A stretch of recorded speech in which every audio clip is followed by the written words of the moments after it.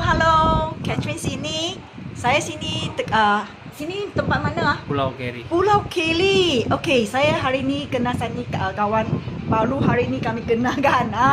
Okey. So awak introduce yourself? Nama saya Ezra. Okay. So awak apa masalah sekarang? Saya accident. Lepas operate, saya punya kaki kebas. Kebas. Then saya nak angkat letak kaki pun guna tangan juga. Macam mana?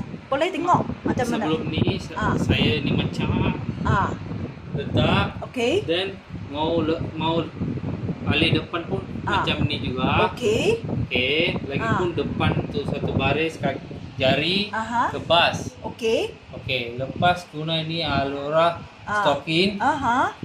Sudah kurang kebas. So dulu awak sini tak boleh turun ah? Sampai tak boleh macam ni ah? Sampai ini macam saja. Sekarang sampai ini macam dalam 10 minit saja.